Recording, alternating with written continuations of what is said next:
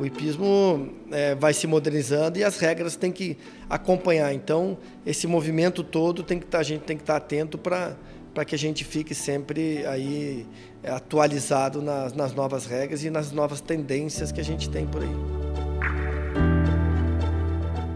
Já teve casos de o comissário eliminar a filha não sei de quem, e a pessoa e o pai ficar bravo e processar, e a CBH arcar com os custos do advogado para preservar esse comissário. Então a gente teve essa discussão, acontece, mas a gente deixou bem claro para eles que eles teriam a CBH do lado, que eles exercessem o trabalho deles.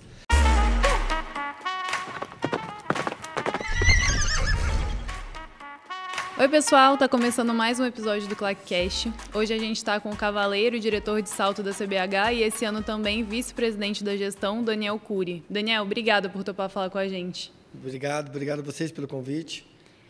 Daniel, a gente queria começar falando de calendário, que a gente internamente na 2Claque sofreu um pouco para montar o nosso cronograma. São muitos eventos aí durante o ano.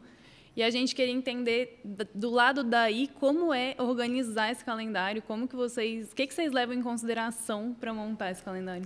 Então, a montagem do calendário é sempre complexa, né? A gente começa a montar um calendário em setembro do ano anterior, enviando um e-mail aí para todas as federações, né? Para que elas indiquem qual é a intenção dela de concursos nacionais e de campeonatos brasileiros. Aí, com essa informação, a gente monta os campeonatos nacionais e distribui os campeonatos brasileiros, que posteriormente são ratificados no conselho da CBH, né? Mas como é que vocês escolhem? Porque eu imagino que alguns campeonatos brasileiros, sei lá, Campeonato Brasileiro de Amador, Campeonato Brasileiro de Amazonas, o próprio campeonato de escola, são os campeonatos brasileiros mais cheios, deve ter imagino que muitas federações peçam. Esses campeonatos agora, com esses combos que a gente fez na CBH, para que se viabilize o campeonato, para que a gente possa dar mais prêmios e dê também mais inscritos, não só onere um lado e nem o outro, acabou limitando um pouco qualquer clube ou qualquer entidade de pedir um campeonato brasileiro, porque os números aumentaram significativamente. Então, você pega um campeonato de escola em Curitiba, ano passado, por exemplo, deu 600 conjuntos. Então, não é possível fazer um concurso de 600 conjuntos se você não tiver duas pistas, com duas extensões. Então, a própria estrutura dos combos limitou isso. Mas é feita uma análise, a gente tem algumas exigências aí para o Campeonato Brasileiro de Sênior, para o Campeonato de Escola, que são diferentes, mas feita uma análise, e aí se tiver duas ou três entidades com o mesmo pedido, aí quem decide é o conselho da CBH. Eu entendo que o calendário da CBH, eu vou falar isso, né? O Brasil meio que só começa depois do Carnaval. Então o calendário da CBH ele sofre um pouquinho com o tempo, um pouco por conta da nossa cultura brasileira mesmo, de que o ano acaba começando às vezes mais cedo, às vezes mais tarde. Esse ano em especial, eu acho que a gente vai ter 2 ou 3 semanas no ano somente que não tem um nacional acontecendo.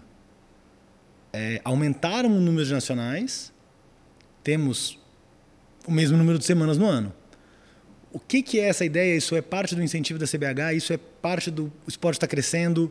O que a CBH espera que aconteça com esse número de nacionais que a gente está... Porque há um tempo atrás você tinha meia dúzia dos nacionais clássicos importantes e agora parece que todo ano surge um nacional novo e diferente. Não, sem dúvida. Esse é um fenômeno que a CBH vem trabalhando há muitos anos para que acontecesse. E a gente já previa que isso fosse acontecer, inclusive de ter CSNs juntos na mesma data, né? Isso também aconteceu na Europa. Antigamente você tinha lá 5 estrelas por semana ou 3 no mês. Hoje você tem quase 5, 3, 4 na mesma semana juntos. Então isso aconteceu aqui. O que a gente procura é ter uma lógica no calendário. Então, montar um calendário com uma certa lógica. Você tem as etapas dos cavalos novos, você tem as etapas do Sênior Top, você tem o circuito da juventude com as seletivas deles para sul-americanos, você tem o circuito de amadores. Então, ter uma lógica nele para você, cada um poder focar no que quiser e seguir uma linha. Mas o que acontece hoje em dia é que, com esse calendário cheio do jeito que está, você tem que fazer o teu plano. Cada um vai ter o seu plano. Então, se você tem uma linha de cavalos novos, você vai focar no circuito de cavalos novos. Se você é um amador, você foca no circuito de amadores. O Senior Top, esse ano, inclusive, aumentou uma etapa. São 10 etapas, mais o Campeonato Brasileiro. Então, já é o suficiente para um cavalo desse nível saltar 11 vezes no ano. Às vezes, até nem dá para saltar tanto assim. Então, procurar ter essa lógica e aí deixar. E o mercado se organiza, as coisas se organizam, as pessoas tendem a ir onde está melhor e onde não tem muita gente, tem que se organizar, tem que melhorar um piso, tem que melhorar os obstáculos, tem que contratar um melhor armador para que também ganhe esse cliente aí e passe a ter um concurso cheio aí, tradicional no calendário da CBH. Massa, falando em concurso cheio, uma das coisas que a gente viveu ali no final do ano passado, alguns concursos, não é nem cheio eu acho que é falar pequeno, muito grandes, muito grandes. A Hípica Paulista normalmente não tem as provas de 1 metro, né, na decisão deles de rodar o campeonato. Algumas hípicas limitam, como a Hípica do Rio, por uma questão de espaço físico, eles limitam o número de inscritos. O quanto disso a CBH tem autonomia para opinar, ajudar, discutir, ou isso é livre de cada clube como ele quer fazer e como ele... Não, é livre de cada clube tomar a sua decisão. Mas, dependendo da decisão que ele tomar, esse campeonato não vai valer para o ranking, ou esse campeonato não vai valer para o circuito. Você tem que ter uma certa regra. Então, se ele vai valer para o ranking, 50% das vagas tem que ser para o pessoal do ranking. E você tem algumas regras que limitam ele, se esse concurso for valer para o circuito ou para ranking. Se não for, como a maioria deles aqui da Copa São Paulo, da Hípica Paulista, aí é livre de convidados. Inclusive no valor das inscrições, no valor das inscrições do concurso, a CBH acaba limitando. É um pouco mais liberado quando ele passa a ser só para convidados, aí a entidade tem mais liberdade de trabalhar com esses fatos aí. Você hoje é diretor de salto da CBH, certo? Qual é a sua função? Explicar a função do diretor de salto. Então, né? O diretor de salto basicamente cuida de tudo, de todo salto, tudo que envolver salto na CBH. Então, tem a parte das equipes principal, tem a parte dos concursos, tem a parte do regulamento, tem a parte da equipe da juventude, dos circuitos, a organização dos circuitos. A gente acabou mudando algumas regras de Campeonato Brasileiro e adaptando as coisas conforme o ano, né? Conforme as coisas vão mudando.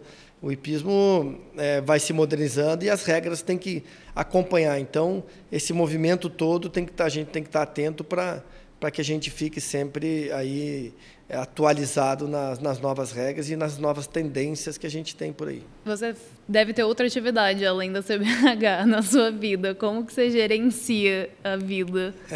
Sim, a gente... A pergunta é quase por quê, né? Por que topar essa encrenca? Advogado de formação e empresário, então eu tenho os meus negócios lá no Paraná. E, bom, acabei sempre sendo cavaleiro, sempre saltando e me envolvendo politicamente lá no Paraná, onde a gente acabou fazendo um trabalho legal. O Paraná passou a ser um estado importante no cenário nacional. Bom, enfim, aí a paixão vai nos levando, vai nos envolvendo e quando você vê, você já está dentro e faz parte, é minha hora de dar a contribuição para o esporte. Eu acho que eu estou conseguindo aí fazer essa minha parte e vida que segue. Vamos levando, dá um jeito e vai levando.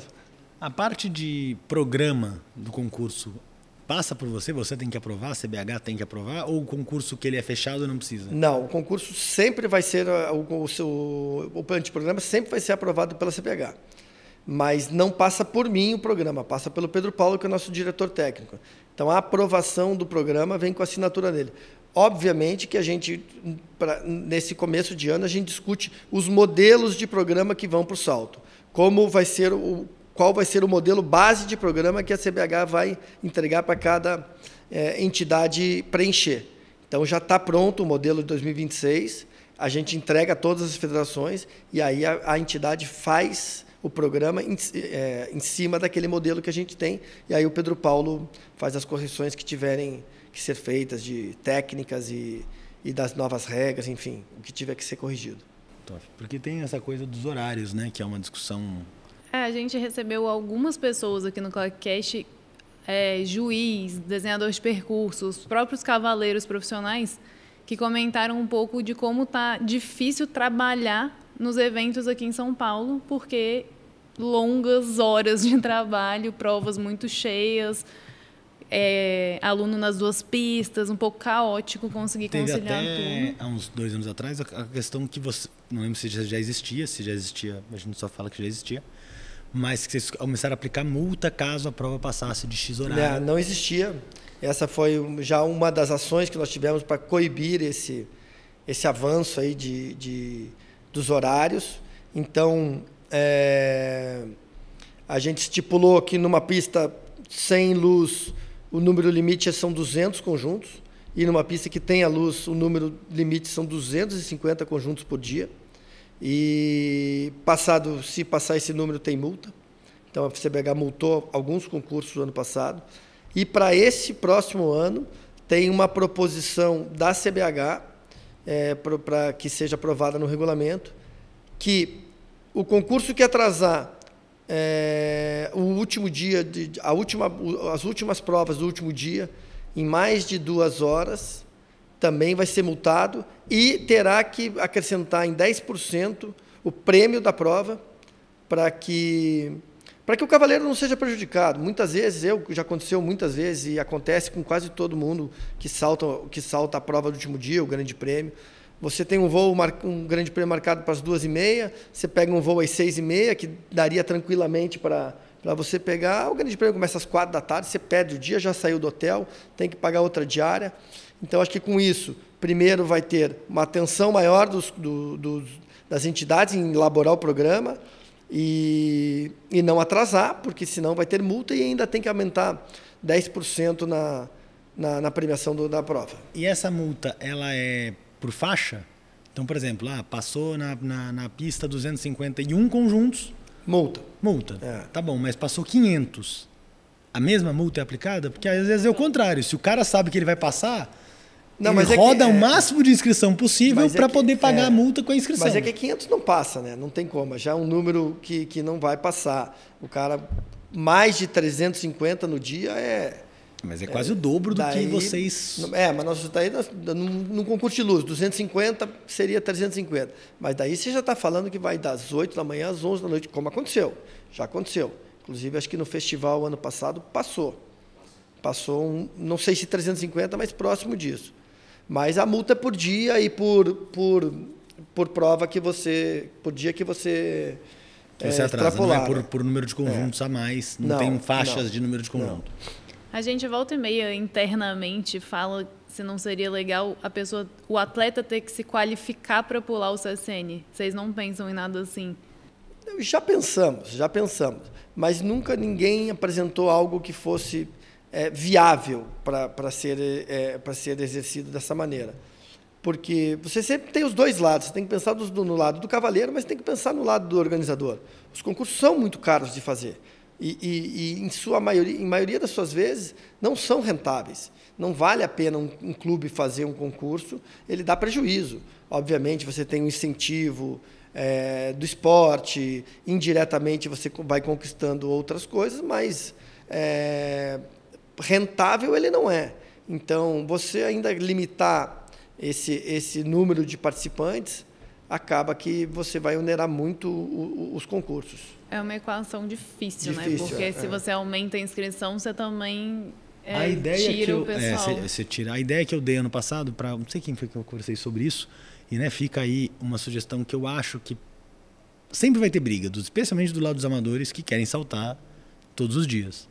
Mas uma coisa que eu vivi ano passado, a Copa do Brasil foi um pouco assim, e eu já vi outros campeonatos, e todos os campeonatos de sênior são assim, que é você roda 2 dias de campeonato, então você roda, o amador salta 2 dias, todo mundo salta, e você no último dia faz um grande prêmio, faz uma prova à parte para os amadores só com 60% melhor, como já foi o brasileiro, como já foi vários outros concursos, que de alguma forma você faz nos últimos dias de concurso passar 40% a menos de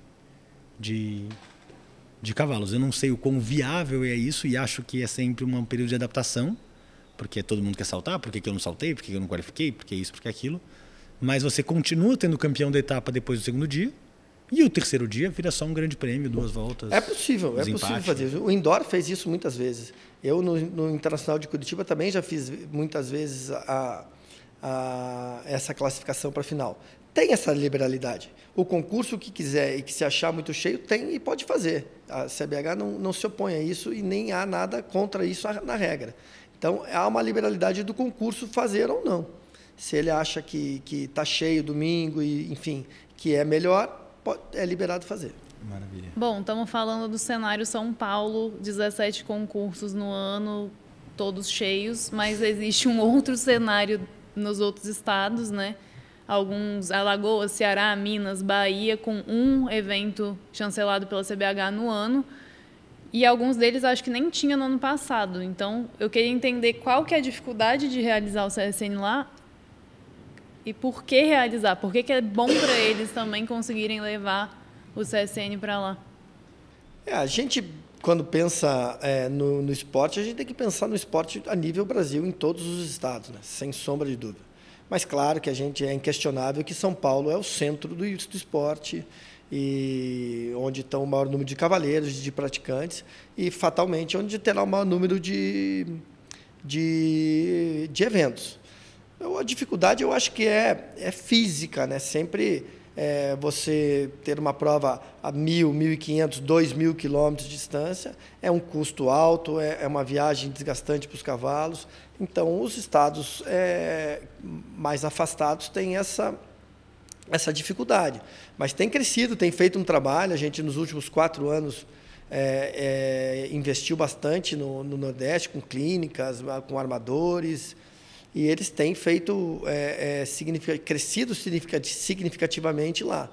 Mas, claro, que a distância é sempre o maior empecilho aí para se realizar grandes eventos com uma massa de cavalo grande, a uma distância muito grande, né? Eu acho que tem uma coisa engraçada, quando a gente fala desses estados mais afastados, quando a gente fala do Nordeste, ou mesmo do circuito Norte-Nordeste, que é um grande circuito, eu tenho sempre a sensação de que aqui no Sul a gente acha que a gente está falando de uma coisa tipo Rio-São Paulo. Não, o circuito Norte-Nordeste, como se eles fossem perto entre si. E não é perto. Cara, não, você vai sair de Fortaleza para saltar em Salvador, são, sei lá, 600 quilômetros. Não é um negócio que é mais longe do que saltar São Paulo, saltar em Curitiba, mais longe do que saltar no Rio. A quilometragem deles interna é muito, muito alta, assim. Uma coisa é a Bahia, é a primeira, sabe? E da Bahia para você ir para Fortaleza... Uma pergunta boba. Qual que é a diferença? Não existem perguntas bobas. A diferença de um evento com a chancela CBH, porque esses estados têm o próprio ranking, que eles fazem várias etapas lá. E qual que é a diferença de levar um evento com a chancela da CBH para lá? Não, você tem um evento... A CBH tem alguns tipos de evento dentro do seu regulamento. Então, você pode fazer um CSN, desde 5 estrelas, que é o maior que a gente tem, que é uma premiação acima de 400 mil, até um CSN 100 estrelas, que você vai dar 10 mil reais em premiação. Ou os interestaduais, que aí tem uma limitação de número de estados que podem participar. Então, essas são a regulamentação da CBH. Depois você tem os eventos estaduais, que são os eventos realizados pelas federações estaduais, que aí abrange só o pessoal do estado que está realizando, né? Mas, de certa forma, chancelado pela CBH, todos são. Todos porque são. Todas as federações são... Verdade, usei o termo errado. Afiliadas à CBH, Exato. Então... E vão no mesmo regulamento, né? Você não pode ter um concurso fantasma, né? Um concurso sem chancela de ninguém. Seria um concurso pirata, né? Pirata. Seria um concurso pirata. Em questão de staff para esses eventos, os oficiais que trabalham na prova também tem que ser, né? Tem que ter o curso da CBH. Todos têm o curso da CBH, então tem que estar atualizado, inclusive, pela CBH. O Titã o nosso diretor fez um grande trabalho nos últimos 4 anos aí, fazendo diversos cursos online para que as pessoas pudessem voltar a trabalhar e se atualizar. Então a gente tem um bom número de comissários aí para realizar os eventos. A gente tem trabalhado aí bastante o ano passado na orientação deles, principalmente na questão do bem-estar animal então você vê que a quantidade de cavalos que saíram eliminados por boleteira, por espora ou por qualquer outra coisa aumentou muito, porque o rigor aumentou muito. Então você não tem mais dúvida hoje em dia. Se você saiu com sangue, você está realmente eliminado, para realmente preservar esse bem-estar animal. Então, é isso. Os comissários, nós temos um bom número de comissários e ótimos comissários hoje em dia fazendo um bom trabalho aí nos concursos. Falando de comissários, eu acho que um dos temas que a gente já vi esse debate outras vezes, acho que aqui no Claquest a gente nunca trouxe, que é... Eu entendo que hoje quem contrata os comissários é o evento, certo? Não faria mais sentido os comissários serem da CBH? Porque é isso, hoje você contrata um comissário, o comissário tem um problema dentro do evento, por qualquer que seja o motivo, por uma eliminação, porque bateu de frente com... É que, eu não vou falar nenhum nome, mas sei lá, bateu de frente com o presidente da hípica, com o filho do presidente, com o irmão, com o papagaio, com o cachorro, com o melhor amigo. A gente vive numa comunidade muito pequena, onde todos são muito próximos. E quando você tem um comissário que tem que eliminar um conjunto por qualquer que seja o motivo, e isso gera um mal-estar, o meu lugar, sempre olhando para o comissário, é o medo dele não ser novamente contratado, porque criou-se um mal-estar. Sem dúvida, isso existe. Nós tivemos uma reunião, inclusive, quando o Fefo era presidente, que ele participou, ele, a Tati e quase que todos os comissários do Brasil. E essa pergunta surgiu e a resposta dele na época foi, olha, podem agir que nós mesmos vamos proteger, a CBH vai proteger. Inclusive com contratação de advogado. Já teve casos de o comissário eliminar a filha, não sei de quem, e a pessoa e o pai ficar bravo e processar, e a CBH arcar com os custos do advogado para preservar esse comissário. Então a gente teve essa discussão, acontece, mas a gente deixou bem claro para eles que eles teriam a CBH do lado, que eles exercessem o trabalho deles, que eles teriam a CBH do lado e atuante, defendendo eles e brigando por eles. Então, eles entenderam isso, melhorou bastante. E ainda fizemos o contrário, fizemos nos relatórios dos concursos, quando a gente sabia de que não tinham atuado ou que algo tinha passado justamente por ser... deixou passar o fulano, deixou passar o ciclano, aí sim nós punimos. Então, os próprios cavaleiros e os outros comissários são os fiscais, atuaram como os nossos fiscais, denunciavam para a gente e a gente atuava em cima desse comissário e falou, a gente soube que o fulano saiu de lá sangrando, você não atuou, então agora você está fora dos próximos concursos. Nós proibíamos a liberação, ou não faça mais isso, você está divertido. Enfim, nós tomamos essa precaução aí. Massa.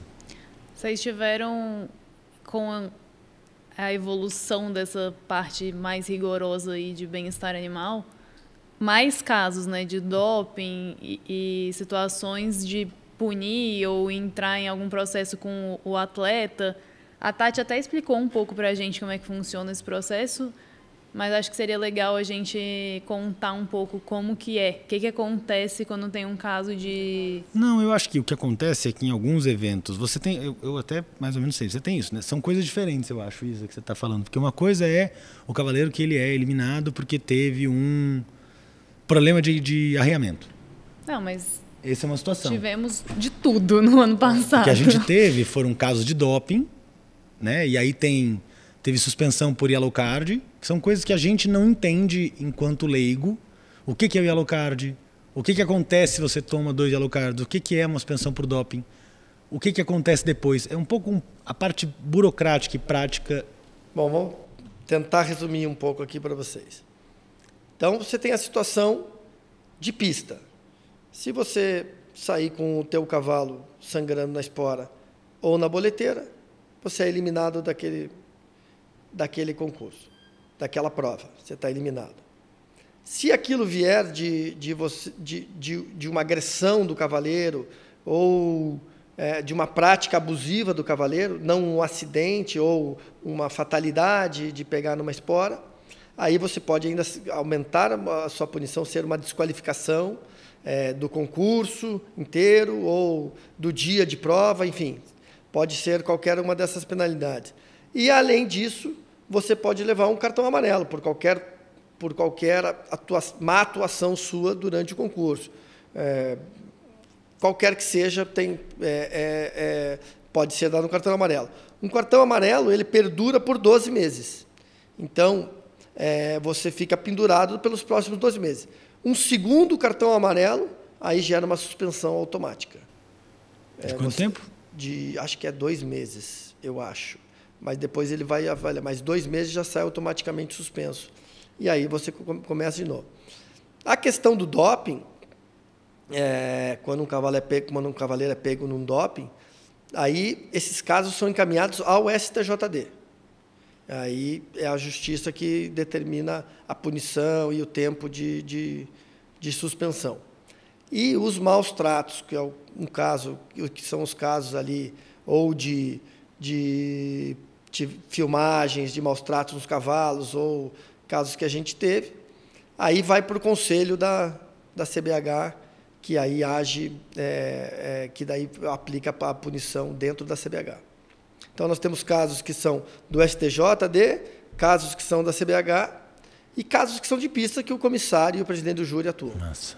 Daniel, eu acho que a gente está entrando, a gente está no comecinho do ano 2025 e queria que você aproveitasse para falar um pouco do que vem por aí. Eu acho que tem uma novidade que já é fato concreto, que temos um novo técnico Sim. Da equipe principal. Eu queria que você apresentasse um pouquinho, falasse um pouco dele para a gente, quem é essa pessoa? Porque, nós fechamos aí o contrato para o próximo ciclo olímpico com o cavaleiro holandês Pieter Heijmarks, que é um cavaleiro que tem um nome muito grande no esporte, foi o cavaleiro da Ratina Z, foi medalha de prata individual em Los Angeles, foi medalha de ouro por equipes. Depois, em Aachen, em 2006, no World Equestrian Games, também foi medalha de ouro pela Holanda. Então, um cavaleiro que tem muita história, e ele que vai nos capitanear aí pelos próximos 4 anos. Espero e desejo a ele aí toda sorte e competência para dirigir a nossa equipe. E no cenário aqui nacional, nós temos como novidade o circuito de cavalos novos, que dentro do circuito de cavalos novos teremos 4 etapas que a gente denominou Grand Slam, que essas etapas vão levar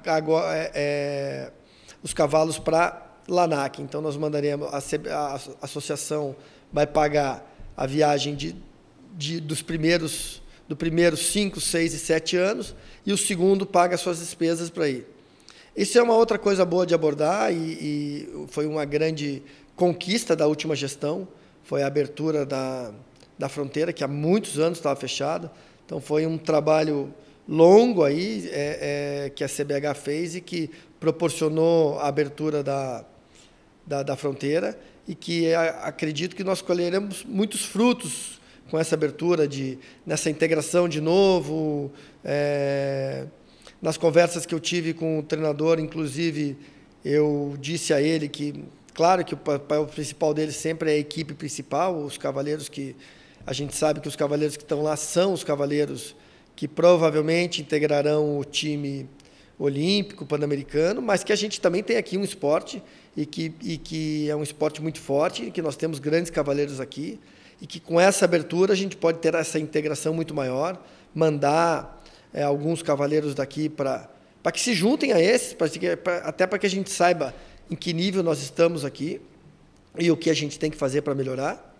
Então, ele gostou muito da ideia, então a intenção nossa é ter essa integração agora e poder mandar cavaleiros daqui para que representem também o Brasil em Copa das Nações, em campeonatos mundiais, enfim, Olimpíadas, o que tiver pela frente. Então, na prática, a gente consegue embarcar os cavalos Brasil, Europa direto exato, agora. A princípio, nós podemos os cavalos podem sair de Curitiba e Rio, e possivelmente em alguns meses aí São Paulo também esteja liberado para poder embarcar os cavalos daqui. Coisa boa. Você possibilita a voltar a ter o que tinha, sei lá, 15 anos atrás, que era as giras na Europa, né? Zé Roberto fez, Musa fez, Cezinha fez, diversos cavaleiros de ponta na época levavam seus cavalos principais e ficavam 2, 3 meses saltando circuitos na Europa, um pouco como o que o Stefan fez quando ele mandou a Primavera, só que o Stefan mandou já com o projeto de ficar. E os caras iam, ficavam 3 meses e voltavam para cá, os cavalos vão e voltam. O Vitor, eu conversando com o Vitor, naquela época, eu acho que ele fez por 17 anos isso. Saía daqui em abril e voltava para o Internacional do Rio em novembro, por aí, assim, um pouco antes.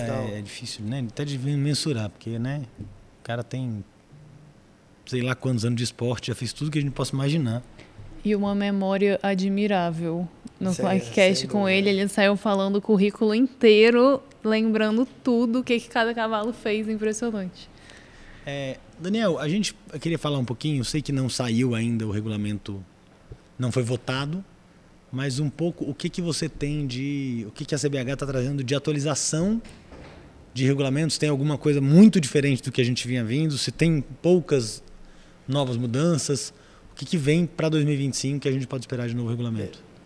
A gente tem algumas mudanças, não são muitas, mas tem algumas mudanças pontuais, pequenas mudanças, nada que seja muito significativo.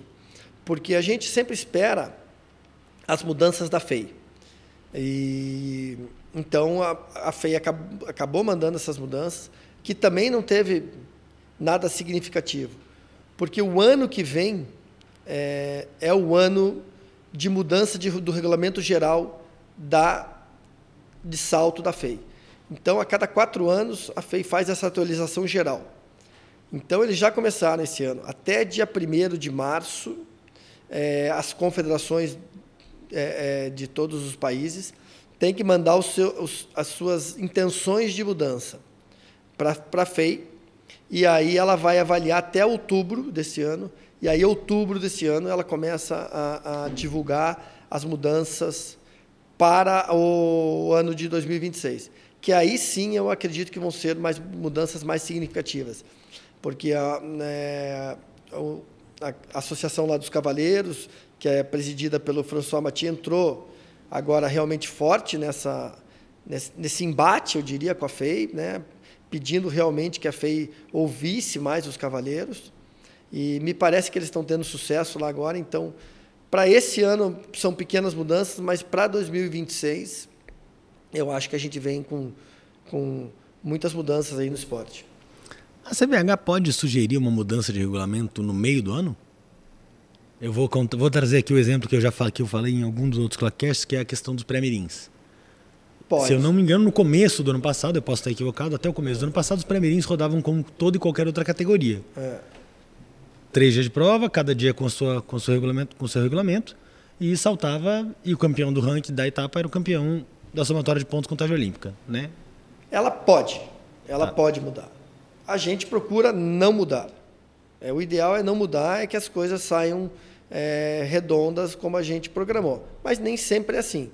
No caso do pré-mirim, a gente estava rodando o concurso lá em Curitiba, a primeira seletiva, e a gente acabou vendo uma prova de cronômetro. Estava eu, o Caio e mais não me lembro quem, vendo a prova de pré-mirim. E logo que a prova acabou, eu lembro, veio o Zé Luiz, acho que o Zé Roberto e mais alguns outros, falando, nesse ritmo que esses meninos andaram, não dá. E durante a prova, o Caio já tinha me falado, Daniel, está perigoso, a gente tem que tomar... Eu falei, bom, se está perigoso, nós vamos tomar uma atitude agora. Então, no meio mesmo ali, logo para o próximo concurso, o Caio já fez as mudanças e a gente já ratificou as mudanças do Caio. E para preservar a segurança deles, a gente tomou essa atitude. O ideal é não fazer, mas também não pode ficar omisso, vendo uma situação que pode ser iminente, um perigo iminente ali, não tomar uma decisão. Então, foi esse o motivo que logo a gente tomou essa decisão e resolveu tirar eles um pouco do cronômetro, deixando eles só no último dia para galopar um pouquinho, com menos gente. Massa. E o que mais de alteração você viu para esse ano? Acho que a maior mudança que a gente vai ter é um pouco na escola, né? A escola vai passar, ela volta a ser, as medalhas vão continuar, ouro, prata e bronze vão continuar, mas o resultado do campeonato vai voltar a ser pela aproximação do tempo ideal. Então, ok, você vai ter os medalhas de ouro, prata e bronze, mas a prova vai ter um vencedor, um segundo, um terceiro e um quarto colocado, e assim vai ser o campeão brasileiro, também por essa aproximação. E o tempo que voltará a ser oculto. Numa discussão, tem várias pessoas que preferem aberto, outras preferem fechado, mas numa análise interna a gente acha que fechado dá menos problema, a pessoa passa a focar mais no percurso que ele tem que fazer e menos em olhar em cronômetro, em o professor falar para abrir ou para fechar, ou para isso, ou para aquilo. Também tem a questão de, quando você tem uma aproximação ao tempo aberto, você sempre vai estar prejudicado, quem saiu no sorteio nos 10, 15 primeiros, que não vão ter referência nenhuma, e os que vêm no final terão referência. Então, foram vários argumentos de todos os lados, e a gente ponderou ali, eu, Pedro, e outros diretores, e achamos por bem testar esse ano com o tempo fechado. Top. Show. A Mariana Cassetari esteve aqui recentemente com a gente e ela trouxe uma crítica ao tempo ideal. Falando em tempo ideal, aproveitando esse gancho, eu queria entender um pouco qual é a visão da CBH da crítica dela. Não sei se você acompanhou o programa. A Mariana faz uma crítica que ela fala que o tempo ideal do 60 e do 80 está tudo certo, mas que o tempo ideal do 1 metro ele está muito aquém da realidade. O argumento, para mim, mais importante é que ela fala, a criança que está no 1 metro, no último ano de mirim dela, ela faz um percurso com o tempo ideal a 95, 85. Aquele mesmo percurso, porque a prova é saltada dentro do mesmo traçado normalmente, os Masters, Jovens Cavaleiros, os Masters e Amadores estão fazendo a 20 segundos abaixo. Ela deu um exemplo de um que era 70 e ficou 50 no cronômetro. Ela fala, não é possível que essas crianças, no ano que vem... E aí acaba que os instrutores têm que mandar abrir, tirar o galope na curva, em vez de fazer um galope com um ritmo que acaba sendo não muito educativo. Eu acho que a Mari está correta na sua análise. A gente tem que procurar preparar esses meninos para ficarem mais próximos da realidade.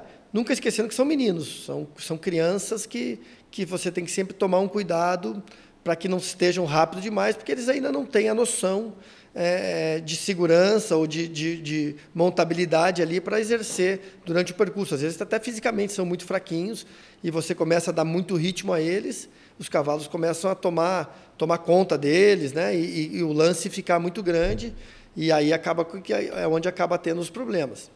Mas ela está certa, a gente tem que prepará-los para chegar mais próximo da realidade, que é o que o hipismo está pedindo hoje, né? As provas têm se tornado mais rápidas, mais exigentes nesse ponto. Os cavalos melhoraram muito, então, se você der muito tempo para todo mundo fazer um percurso, ninguém bate, né?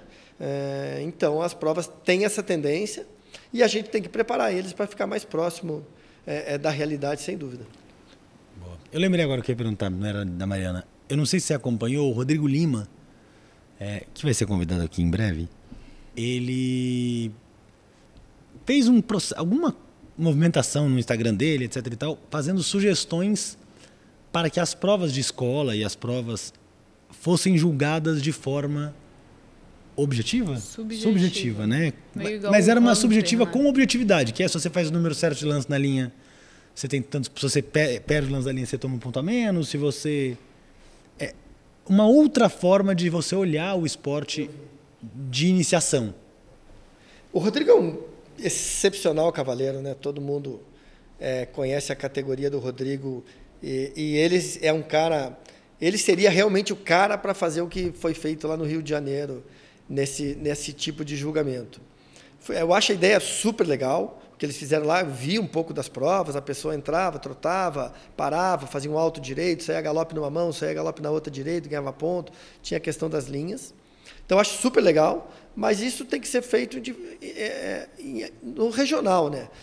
Dentro de um clube, ou dentro de uma escola, ou a nível próprio estadual de São Paulo ou do Paraná, de um estado que tenha um certo número de concorrentes. É inviável. Um campeonato brasileiro de escola, se a gente for fazer naquela maneira, vai demorar uma semana o campeonato para a gente terminar. Então, é inviável. E tudo que a gente faz, que é ali também subjetivo, sempre gera um pouco de dúvida, de confusão, quem foi melhor, sempre dá um pouco... O mais simples é fazer, e o viável hoje é fazer o objetivo e a gente tirar ele. Mas nas suas bases lá, no Rio, tudo, acho fantástico esse trabalho e super apoio a ideia aí deles seguirem com isso. Mas acho que estamos caminhando para o final, né, Isa? Para a gente encerrar já, de um modo geral, como é que estão as expectativas, os ânimos para esse ano? O que vocês estão esperando aí da nova gestão? Não, a expectativa é a melhor possível da nova gestão, né? Nós estamos iniciando um novo ciclo, agora com um novo presidente, que vai nos liderar aí pelos próximos 4 anos. O Constantino é um cara extremamente empolgado e focado, é um cara entusiasmado para fazer, para trazer novas ideias e para tocar esse nosso esporte. Eu tenho certeza que vai ser os próximos 4 anos vão ser inovadores aí para nós e trabalhar aí para tentar ajudar o esporte a crescer de toda maneira, levar essa gurizada, manter os jovens cavaleiros aí com a soberania que estamos na América do Sul e tentar aí de novo nas nossas equipes principais conquistar medalhas olímpicas e pan-americanas. E quem sabe entregar aí nos próximos 4 anos a CBH melhor do que a gente pegou. Show. Muito bom. Daniel, e você, cavaleiro? Cadê? Que a gente quer saber, né? Um pouco dos seus planos, seus projetos. Então, eu acabei aposentando, tem 1 ano e meio, o meu cavalo de grande prêmio, né? Que era o Euclides, que a gente fez aí 6 longas temporadas de grande prêmio, com bom sucesso. Aí, o Euclides era um cavalo extremamente guerreiro e cumpridor das suas obrigações. Mas então, era genioso, hein? Genioso, um cavalo de um gênio forte. A gente teve bons grandes prêmios aí. E aí entrou um novo ciclo de cavalos nas minhas cocheiras, que eu acabei vendendo, que era o Canto, que estava saltando, já que tinha saltado ano passado o Grande Prêmio da Copa São Paulo. A Daniela, que é uma égua que a gente criou, comprou uma égua na Europa, ela veio prenha na barriga, nasceu aqui no Brasil. Enfim, e agora na verdade, eu estou indo meio numa entre-safra de cavalos. Eu tenho ótimos cavalos jovens lá na cocheira, mas a nível de grande prêmio, eu acredito que eu deva demorar aí mais uma temporada e meia para voltar a ter um cavalo de grande prêmio aí e poder participar do circuito nacional de novo. E você não falta motivação nesse sentido, né? Porque você trabalha, está como gestor. Como é que você lida com a parte não estar mais em alto nível, não estar nesse lugar? Claro que eu sempre queria ter um cavalo de grande prêmio. Isso todo mundo que tiver essa pergunta vai ter a mesma resposta. O cavaleiro quer ter um cavalo de grande prêmio, mas nem sempre é possível. A gente tem que entender que é um esporte que é caro, que é difícil e que nem sempre é possível sair comprando cavalo de grande prêmio e saltando. Então eu tenho isso na nossa cocheira, que é formar os cavalos que a gente salta.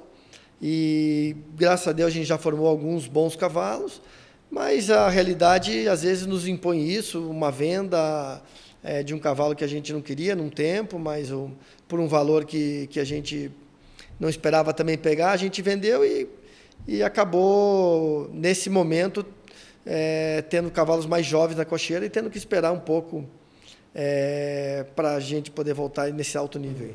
Mas a gente volta. A gente volta. Faz parte do esporte. Exato, sem dúvida. Obrigada, Daniel. Obrigado a vocês aí.